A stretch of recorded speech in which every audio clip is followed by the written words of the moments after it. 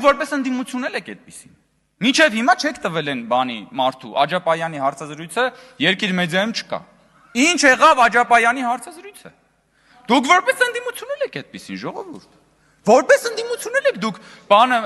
մամուլի ազատության դեմ կռիվ տալիս։ Որպես ընդդիմություն եք։ Ուր է Միքայել Աջապայանի հարցազրույցը եւ Ռոբերտ Քոչարյանի թալանած 200 միլիոնը։ Ես պահանջում եմ Ռոբերտ Քոչարյանի թալանած 200 միլիոնը եւ Միքայել Աջապայանի հարցազրույցը երկիր մեդիայում։ Միանում եմ։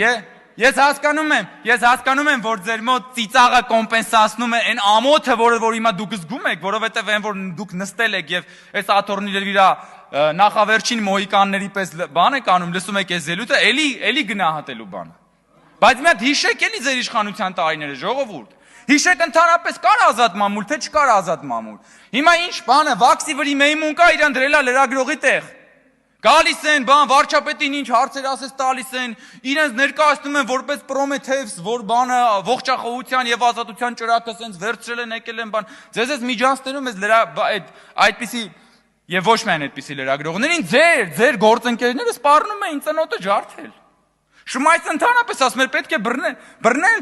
բռնաբարել եւ գլխատել։ Թե գլխատել եւ բռնաբարել, հետեղերի հաջորդականությունը ես չգիտեմ այդ սադոմազոխիզմը, ձեր իշխանության, դա ձեր իշխանությունն էր, դա ձեր դեմքն էր, հասկանում եք։ Մոռացել եք։ Այ ժողովրդի զավակները խաղաղ չապրեն սեփական երկրում, ուզում եք որ այդ ուրիշների սանձազերծած պատերազմի սպանդանոցի մեջ մտցնեք հայ ժողովրդի զավակներին։ Դրա համար հանգիստ չունեք, որ այս 2 տարի է, կրակոցի ձոզ չունենք։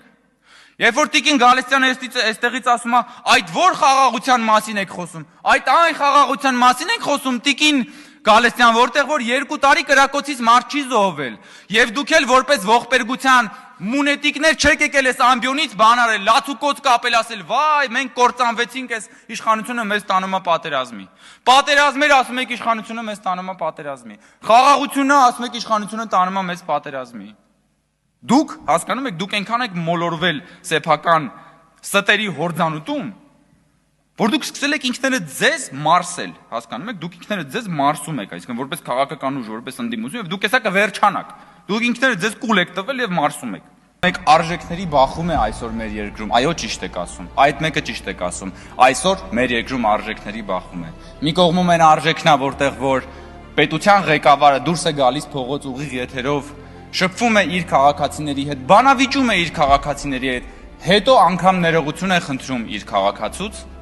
Մյուս կողմում են արժեքն է, որտեղ որ ղեկավարի անունը կրճատելու համար տանում են զուգանում այնքան են ծեծում, մինչև այդ մարդը մահանում է, այս արժեքների միջև բախում է։ Հիմա դուք պետքա որոշեք, դուք այդ արժեքների որ կողմում եք, Տիկին Խերանյան։ Որ Ռոբերտ Կրծեր Քոչարյանը ինչ որ ասում է, որ ինքը